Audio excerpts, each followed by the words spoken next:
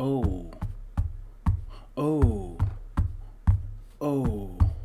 CP3. Oh, MVP. Oh, CP3. Oh, MVP. Whoa, whoa, whoa.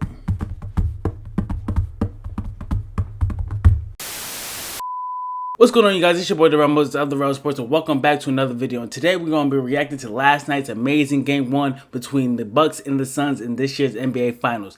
Let's start off by saying, let's give props to Giannis Antetokounmpo.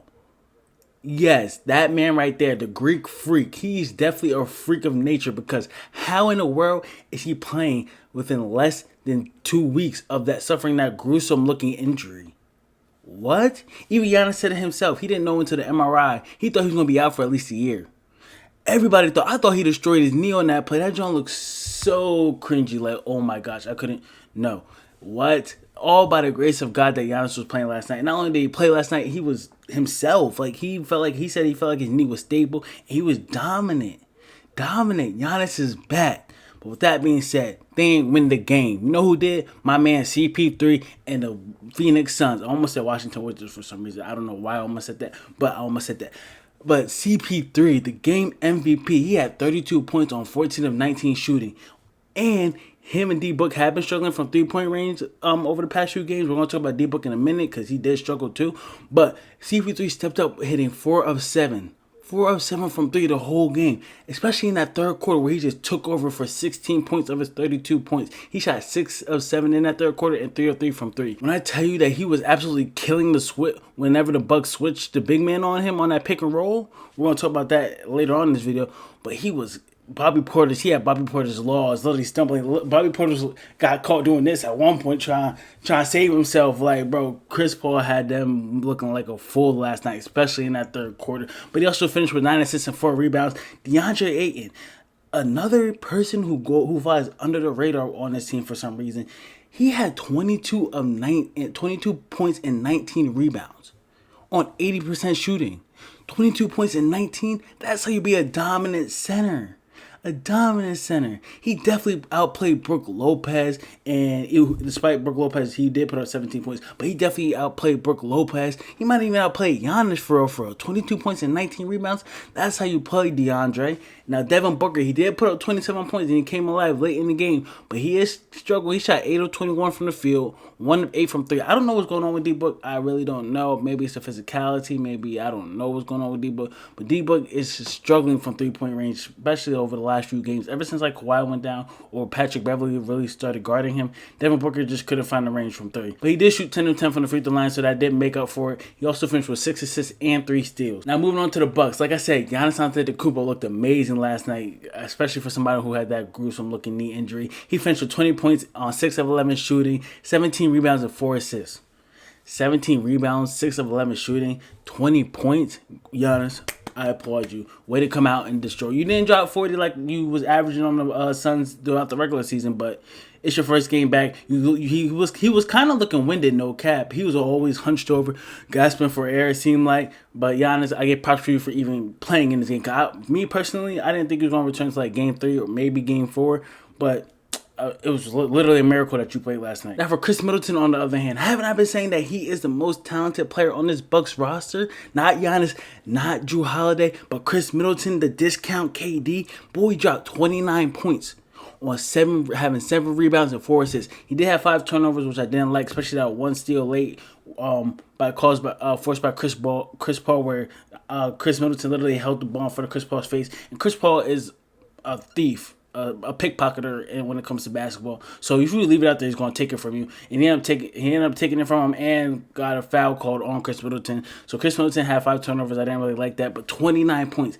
Khris Middleton is showing up, because usually Khris Middleton would not show up on the road. Especially if you look back at that Brooklyn Nets series, he didn't really show up on the road till the late Game 7, I think. I don't even think he showed up in Game 5. He showed up in Game 7 on the road against the Nets, and then last series he showed up on the road too. So Khris Middleton is finally coming out and finally coming alive for this Bucks team. Now the problem I mainly had was, I mentioned this in yesterday's video, again on iCard right here, was absolutely true. The best thing that happened to the Bucks was Giannis getting hurt last series, because that unleashed Jrue Holiday. But when Giannis came back, look what happened to Jrue Holiday. He had 10 points and shot 4 of 14 from the floor.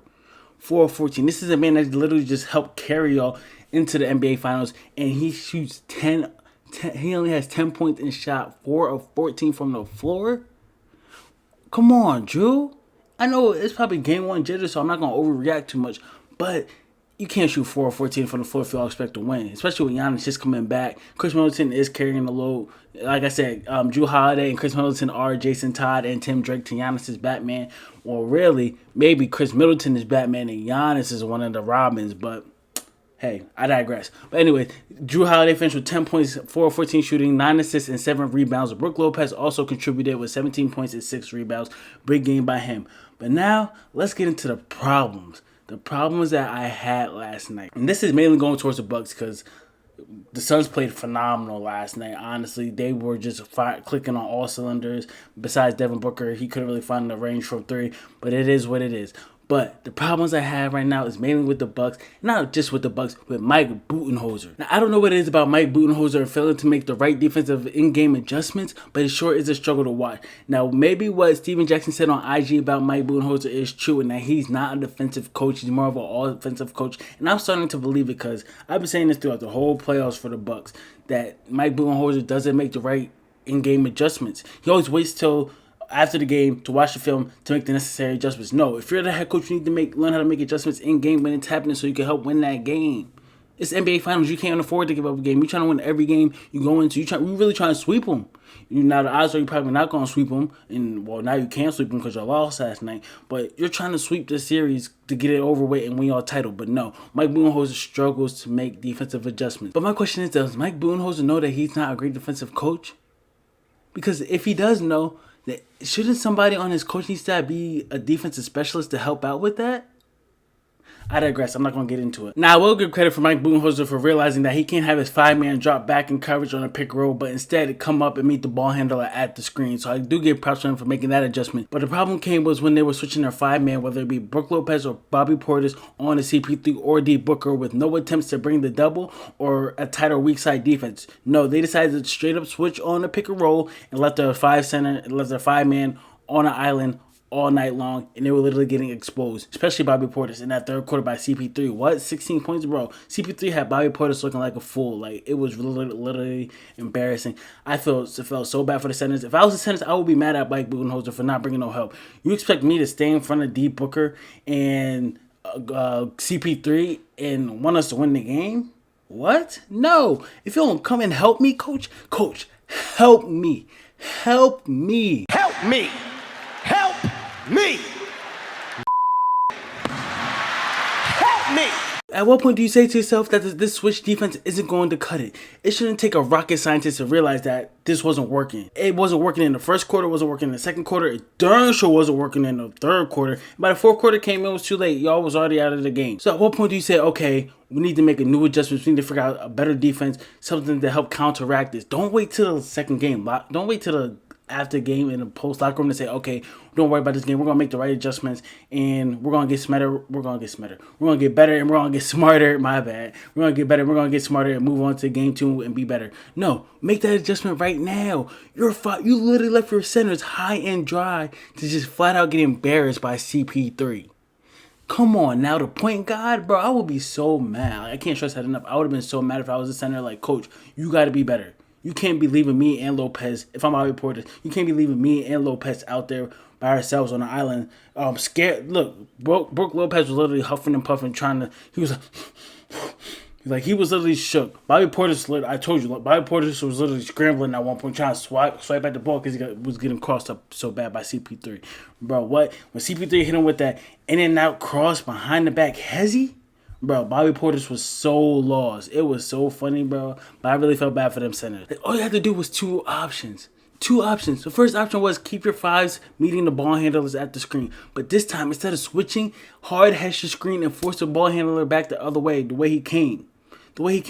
Or at least hedge it enough so your primary defender can get back into the play and get back on the ball handler. But now this will require an extra man on the weak side to rotate to cover that pick and roll, so Brook Lopez has time to recover once the primary defender, whether it be Drew Holiday or PJ Tucker, can recover. But these men are professionals. They're getting paid millions of dollars to play basketball. If they can't communicate and know the rotations on defense, then why are they out on the court? So it's that simple, Mike Budenholzer. That's all you have to do. Or you can go with option 2, and that's have your 5-man drop all the way back. Well, not all the way back like you did in the Atlanta Hawks series because y'all was getting cooked by that. But take a few steps back off the screen so that way your primary defender can go under the screen and get through the screen. Why? I know CP3. I know a lot of people are probably like, why do you want the primary defender to go under the screen? That's because Devin Booker and CP3 have been struggling from 3 for the past couple games. Granted, CP3 was on fire last night, but over the past couple games, he was struggling. So if you go under the screen, CP3 and D Booker are mainly mid-range shooters. The 3 is a whole different game. They're not Damian Lillard. They're not Trae Young. They're not Stephen Curry. So you can go under the screen because they just want to get to the mid-range, especially with Devin Booker. Devin Booker shot 1 of 8 from 3 last night. There's no reason why you should have your 5 switching on the screen. No, have him take a few steps back to open up the screen, and that way your primary ball handler, primary defender, your primary defender can get through the screen and stay on your man without switching, and that allows Brook Lopez or Bobby Portis to be in position for that role. It shouldn't take you going to watch film after game 1 to realize, okay, maybe this is what we have to do. So you need to do that in this second game if you want to even up the series before y'all head back to Milwaukee. You better not come out with that switch. Defense, or else y'all getting cooked once again. Either have your 5s hedge the screen and force the ball handler back the other way, or give your primary defender time to recover, or have your 5-man step back and open up. That way your defender can go under the screen and force CP3 and Devin Booker to light it up from 3.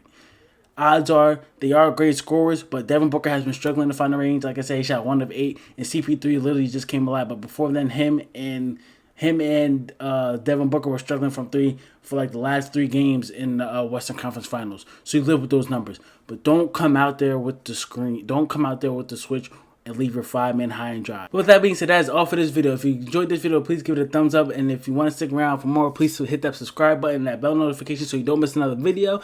And down in the comment section below, give me your thoughts on this game 1. I thought that the Phoenix Suns played phenomenal. Mike Budenholzer needs to step up. He needs to outcoach Monty Williams if they are to win this series. There's no doubt about it. I said in the last video that Mike Budenholzer wasn't a better coach than Monty Williams, and it showed last night, especially when it came to making adjustments. But that's besides the fact. Let me know down in the comment section below who you got for game 2 as well. And until next time, I'll see y'all. Previous possession. I don't feel like shooting a jumper. I got the ball on a string. Gets to his spot, stops on a dime, give you